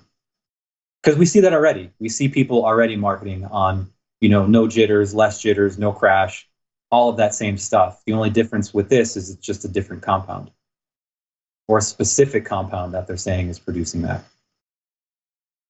Yeah, I think it's a tough angle, because I know plenty of people don't experience jitters from caffeine. I don't. And the only time I do is when I take a dose that I wouldn't take anyway, And to your point, Omar, there are some so supplements are supplements, right? They fall into the category that you said they do, Ben, related to the fact they have to be produced a certain way. They have to either occur in the food supply or be a metabolite of something that occurs in the body from something else that's in the food supply. And there's other requirements that you mentioned earlier. I don't need to repeat them all. And the pharmaceutical company exists. drugs exist. So you tend to have some very different people buy supplements for very different belief systems, and the marketing matches them. So for the bodybuilding community, they're basically just wannabe performance enhancing drug users, right? So you have things that sound like steroids, like turkesterone, right? You had, people who are happy to buy SARMs, and they're happy to buy, at the time when they were legal, pro hormones and pre-steroids, literally because they're legal. They just don't want to go to the step of actually finding a source and getting drugs. And maybe they've also convinced themselves that it's not as dangerous. And in some cases it's true. Some cases it's actually not true. And they're just basically taking a whole bunch of, hepatotoxic oral steroids or untested, drugs like SARMs that we don't actually know the long-term effects of. But the important part is, from a consumer perspective, it is, okay, this is legal, it is safer, but I'm going to get something similar to what I know absolutely works and all of my heroes take. And the marketing capitalizes on that. This is legal steroids, basically. There was literally, and you guys, Ben, you might remember this, Omar, you might as well. Do you remember the ads back in the day in some of the muscle magazines? Legalsteroids.com? Oh, yeah. This is exactly what I'm talking about. No subtlety for this one. It's I understand this market. We're just going to get right to the heart of it, right? So there you go, right? So this is exactly what I'm talking about. That is one very distinct market in the supplement company. And I would say the second one is actually probably a larger share of the market. And that is, I would never give my money to these unethical, the big pharma that is destroying the world and, probably engineering the diseases just so they can create a cure for it. And they're keeping us sick in the modern world. It's the people who the naturalist fallacy isn't just a fallacy, it's a philosophy of life, right? So these are the type of people who before, and I'm sounding a little derisive here, and I'm not trying to be that way. I understand this mentality. I sound derisive of both groups because I'm just a cranky person. But I remember, I think the best way to describe this is people who were unwilling to take Splenda or Equal because artificial sweetener, right? But they were happy to take Stevia at the point when it had not been approved as a non-nutritive sweetener, and it was marketed as a supplement because there was no research on it. So that's just an example. They're so interested in taking natural things that the supplement industry seems the better choice because they, by definition, have to be non-chemically altered and quote unquote unnatural. But if we were really to be honest with ourselves, the supplement company is just the hillbilly version of the pharmaceutical company. They just don't have the same funding and industry and budget, but they're trying to do the same things with less powerful options. And then they're just marketing it to these two groups, essentially. Yeah. Yeah. It's the Wild West. Yeah. I think I always like this one because, you mentioned the kind of hot topic for me is the whole chemophobia that surrounds a lot of particularly sweeteners. I think the irony with that is that stevia actually has the lowest LD value of the. Do you know what's the highest? Technically, the most safe, the lowest toxicity. Aspartame, the one that everybody hates. It's like 50 milligrams per kilo. Stevia is 5. So, when you actually look at the toxicology, it doesn't line up at all with people's beliefs. But sometimes it'd be like that. But I did want to also kind of drop this in because it's an interesting. We're talking about a lot of hypotheticals of the future, and you mentioned about potential legal things. Will it stay on the market? Will it still exist? This one, there's a pretty strong case to say maybe the FDA at some point may intervene, although they may have allowed it now. Which is that I talked in the beginning about how you create paraxanthine, and the parent product in the beginning is you ingest caffeine. It's 1,3,7-methylxanthine. Paraxanthine, you remove one methyl group, and then the other two metabolites, their methyl groups removed as well. So they're dimethylxanthines, but they're removed at different points. So theophylline is dimethylxanthine. It's just one metabolite of caffeine, but that's actually considered a drug. So you can't sell theophylline as a supplement. It's only for very specific cases that it's used medicinally. But you cannot buy theophylline powder. You can't get it. You can't put it in supplements. So that, who knows if they choose to kind of go down that route. Now, it is less safe, and that's a large part of why, particularly on cardiac effects. So it's less safe than caffeine, and it's actually the least safe of the xanthines for cardiac effects. But it's the dimethylxanthine. I mean, it's in the same, like usually when you see them classify or schedule things, they usually make this broad classification. For example, like the way that I think the legislators tried to keep up with the chemists at the point of the Patrick Arnold and all those guys' eras, was you just broadly ban any derivative of DHEA. So DHEA is legal, but you alter an atom anywhere, and now it's illegal and scheduled. So if they broad-based did it with caffeine, like any caffeine derivative, then that would take it off the market. It's hard for me to see after they've gotten it in, because a lot of times you see this grandfathering effect with supplements, but I thought it was worth mentioning. The Wild West, Eric. We're out here. It's water world all over again. We thought we had escaped it. I do find the cycle interesting because when you are searching for that ever elusive supplement that doesn't exist, there will be something new coming on the horizon every few years. A different angle, to your point, Eric, where you said this is definitely not going to be the one where it's extra stimulatory. In fact, it's the intended effect is the opposite, but it's new, it's different.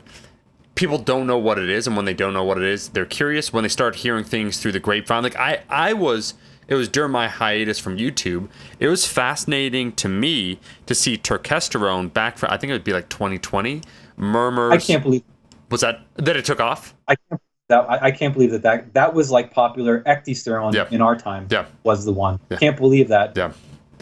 Any of them came back. So I got to be real with you, Ben. It's sometimes it be like that. Sometimes it's that simple.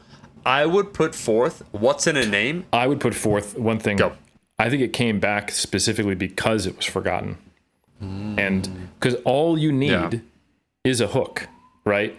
Some obscure mechanism, rodent study, whatever, to have a marketing push. Yeah. And then you get some people behind it, and you can make a legitimate run at it and at least make a little bit of money, and then it'll fade away again and come back.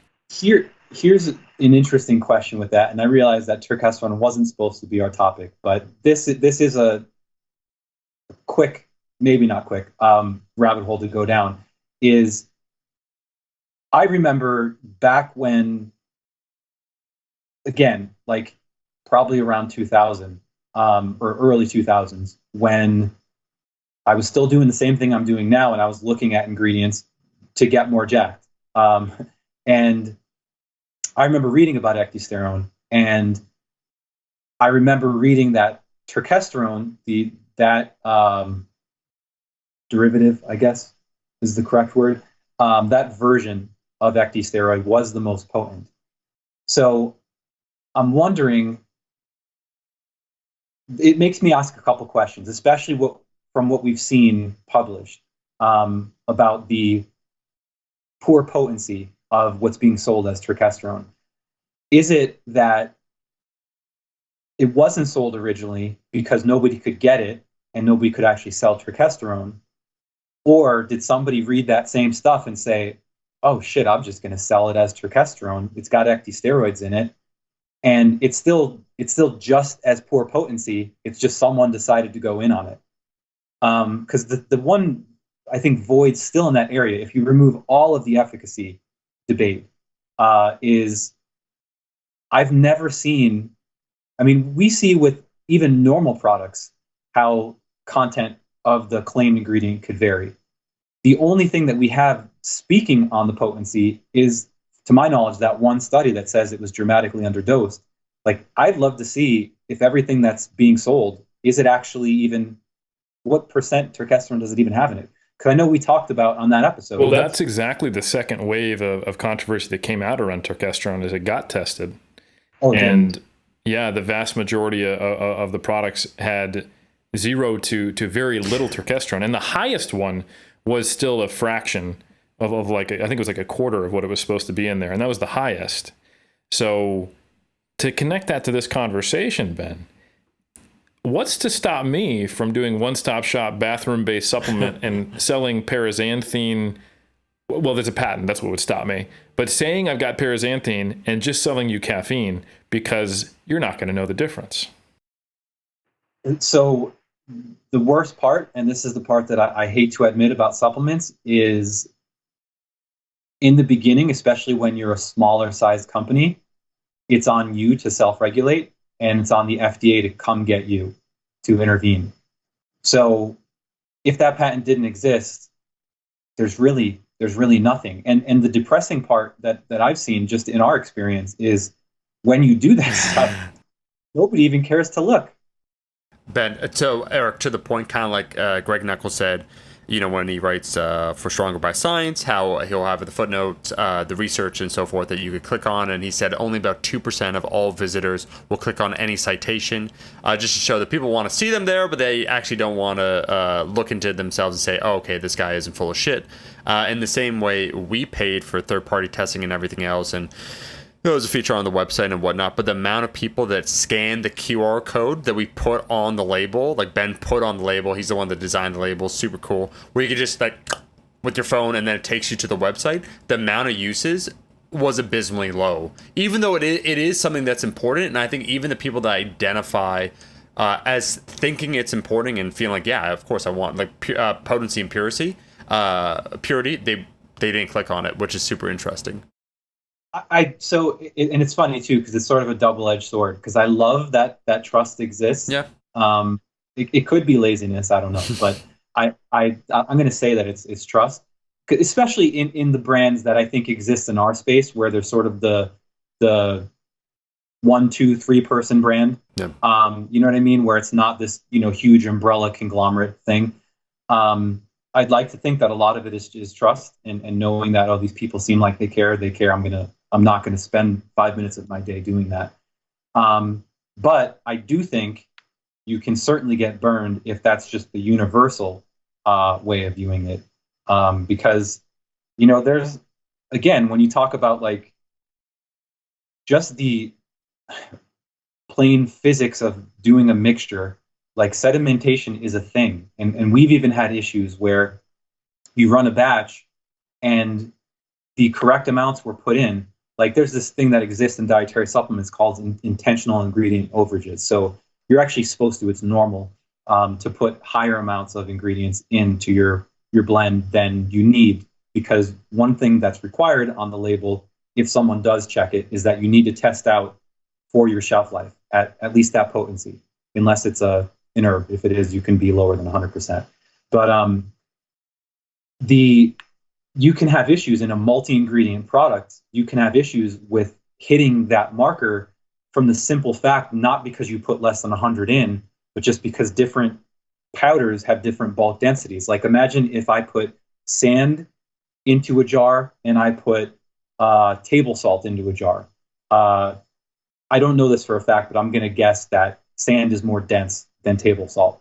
So what you'll get, even if you mix to the correct amount of time by the right standard operating procedure, you still have the potential to have sedimentation. Or if it sits on a shelf, you can get sedimentation because it gets jarred around and in shipping and stuff like that. So like, it's funny because supplement companies can potentially use that as like, to save face, that, we put enough in at that point in time. But here, my main point with this is the larger your ingredient panel gets, the more potential you have of uneven distribution, or just simply not hitting out a certain ingredient that's claimed per serving. You'll probably get that full dose in that bottle, but you might be getting twice the dose in one serving, half in the next. It's sort of a limitation because you're mixing powders, not a solution. Right. So you're going to have multiple. So just for those who don't know what sedimentation is, when you have different densities of powders together and they've settled in a bottle for a while, they're not going to maintain the same proportion of powder per volume of scoop. right? They're going to shift around. So you might be getting a lot more of, say, one ingredient than another as a proportion of any given scoop of powder. And then that's a defense mechanism when someone comes and says, hey, I tested this supplement. You're like, well, that might have just been that batch or that proportion of that bottle that you tested. I think I'd like to focus this in, bring it home. What I'm expecting, if I was going to Nostradamus us, is that because you're basically marketing, I think this is a tough sell. Okay. Like I mentioned, there's these two very distinct consumer groups who purchase supplements, and they're clearly not going the route of the naturalist fallacy, more kind of, I don't mean this derisively, like the hippie market, the people who want natural things. They don't want drugs. They want to find quote unquote natural solutions. And I really don't mean that derisively to say the word hippie. My parents were hippies. But that's who they are. And my mom buys supplements for very different reasons than I buy supplements, right? So it's muscle tech. They're obviously going to be going at the bodybuilding crowd. And I think they're trying to pitch things that don't go hand in hand here. They're trying to replace the jacked 3D era with something that's probably inherently less stimulating than caffeine, and then trying to sell it on the fact that it won't give you jitters and it's smoother energy. So I'm not convinced that there's a really strong market, but to your guys' points is if you push something hard enough and you have like the Fox News style of repeat something 100 times every 10 minutes, and you use basically just, the propaganda tool, people will buy into it, and you can create a demand for something that didn't exist. So my prediction is there's going to be a very strong marketing push for this. You guys have explained, even though I haven't seen it, that already is existing. Maybe it's not up to full steam. So it's at least going to stay where it is or get worse. So let's arm the listeners of Iron Culture. What are reasonable claims around this product versus what are probably being said, and how can they distinguish between the two? And what should they expect if they do decide to get a paraxanthine supplement? I think you should still utilize the same, let's call them sleep hygiene rituals that you apply to caffeine. I think you should still keep it as far away from bed as you can, from bedtime. Take it as early as you can. I don't think a lower toxicity means you should take 5 times the dose. So I think be reasonable about dose and dose escalation if you're going to try it. And then I think the last one is just it's important to understand that if you're somebody who has or has had caffeine withdrawal, it's likely a component of this ingredient as well, and that often is related to the dose because it's a dopaminergic ingredient. So I think it's another reason why you should, keep dose reasonable. But don't necessarily use that as a reason to use it more frequently or higher. But who knows? Maybe if someone does use it and they want to test that theory, they certainly can. At least from what I've found on the animal data, it seems to suggest that you would still have withdrawal from it. But yeah, I think those 3 things are the main takeaways for me. That's great. So it can still negatively affect your sleep, most likely, until we have evidence to not prove otherwise. You're probably still going to get withdrawal from it. And at best, it's going to be maybe a smoother, less anxiety-inducing experience. So is it going to be better for a pre-workout? Honestly, probably not, but it will be better for nootropic, perhaps. So I would say if you're coming across marketing messages that don't comport with what Ben and I just said, be very skeptical and decide if you want to give money to a company that is making false claims. It's always my suggestion. 100%, Eric, and we'll maybe just wrap this up by saying that we at Elemental Formulations are super excited to announce cocaine, which is just a pure extract of what we've known to work for since time. It'll be very specific regions that it's sold, so just pay attention to the website. FDA is being lame, but yeah, you should hear some news from us soon. Speaking of which, fabulous. Yeah. It might just stop you is the tagline. Cocaine. Yeah. Exactly. Yeah. Go as hard as you can until you can't go anymore. Until you can't, because you're dead. No, I think I think this is fantastic. It's very exciting to be on the bleeding edge, and we spoke about that before, Eric, kind of the gap that exists until we're waiting for more evidence. And, doesn't matter who you are, it is exciting to discuss, and it's fantastic, Ben, having you back on. Just to give a little bit of a backstory that gives greater context, more context than probably anyone's going to hear then, because the loudest voices talking about Paraxanthine are going to be people trying to sell it. So this might be the breaking news here, Fox News style or CNN. It's like, this is the Iron Culture breaking news edition. I think it's super cool. Is there anything, my man, you want to say just in closing from the conversation we had? Something you want to touch upon again, just a full circle moment. I know we've been chatting for a few hours, but I think it's important just to bring it back then. I think those top threes are probably the big takeaway for me. I appreciate you guys having me on as always. Although the voice may get drowned out, it's appreciated. I think the last thing to touch on, what Eric brought up is I think I'm most interested in seeing the staying power, the potential staying power. Because like you said, will the novelty wear off? Because I do think of some of the other products where we've had that push, like the HMB-free acid. I'm not under the impression that that's still as hot as it once was. I could be wrong. Maybe the bookkeepers at Muscle Tech can fill me in. But I think that'll be interesting to follow along.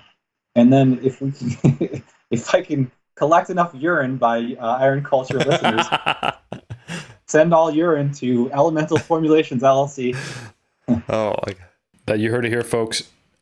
Do us a favor and just take caffeine for your for a while. Yep. And then send your post-workout urine to Benjamin Franklin Esgro.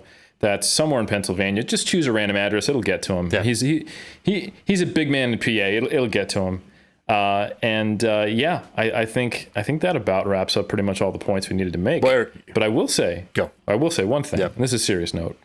We're stepping away from sending people urine via mail. Use FedEx. I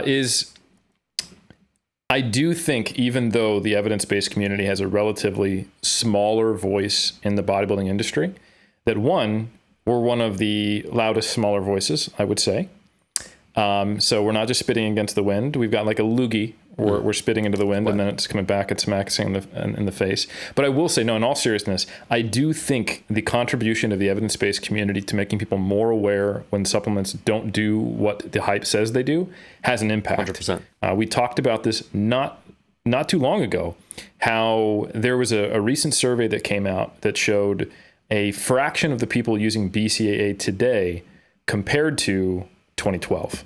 So, and I think really the only reason for that is because of people talking about that over and over and over again. And I think the same thing has occurred with HMB and HMB-free acid. So sometimes we kind of think fatalistically and cynically about our impact because it doesn't fundamentally change the fitness industry. And I think we're not ever going to fundamentally change the fitness industry because most people are interacting, especially with supplements, from a transient state. They're not ready to actually commit to training, to nutrition changes, to lifestyle changes, and they're looking for a quick fix, and that gets capitalized on. That's unfortunately human nature. That's not going to change. But when people do become regular supplement consumers and they're working out, they do eventually come across someone who's interacted with this information, and we've seen it have a market impact in relatively short periods of time on consumer behavior. So don't doubt that what we're doing and what you are doing, dear listener, if you're sharing information, which I know you are, and I appreciate that it does have a positive impact on our little space and people who at least stick around in the industry and the decisions they make. And you're saving people time, energy, and money, and potentially, health and safety stuff too, because the supplement industry, heavy metal contamination, regulated after the fact, all kinds of good stuff, overdosing, underdosing, bathtubs. Enough said. No, that was the mic drop moment that we cannot drop our mics because we simply do not have the budget at Iron Culture. Just like them. Oh yeah, it's like NPR, Ben, or PBS. There's a functional utility to them, But look at their sets; they're absolute trash. I will say, just as a side note, unfortunately, we'll have to save it for your 5th or 6th time when you return. Eric doesn't know this, but I was on a call one time with Ben, and he was just walking outside, and someone referred to him as Hammering Hank. And so we're going to have to get to that in Pennsylvania, because you're right. He is a big deal, emphasis on big, in Pennsylvania. But yeah, we were just there. I was talking to him, and so I was like, Hammering Hank. And he's like, hey, what's up? I was like, all right. Like, not going to address that. But we'll get to Ben on the next visit. I'm sure there's a great backstory to that one. Yeah, you'll have to enlighten all of us. Well, we'll do it at Sheffield, and I can't wait. Like, again, like that person in Titanic, whatever the lead actress is, Kate Winslet. Thank you, guys. And then one person's Billy Zane, one's Leonardo DiCaprio. Both of the time seemed like they had such promising careers, but whoever she chose, which was Leo, is the one. Well, he died in the water, and it was sad. That had the promising career, and now everyone else is probably wondering, Billy Zane who? And that's sad because he starred in The Phantom. But nonetheless, we're wrapped up another episode of The Iron Culture. We'll link everything in the description. Elemental Formulations. That's our company right there. Kai, thank you so much for the timestamps. Thank you also to Derek Trexler for another review on Iron Culture. You could go ahead and leave a rating review on Apple Podcasts. You just Google it. You Google the Apple Podcast, and that's where you leave it. 5 stars is typically what people leave. We'll catch you in that next episode.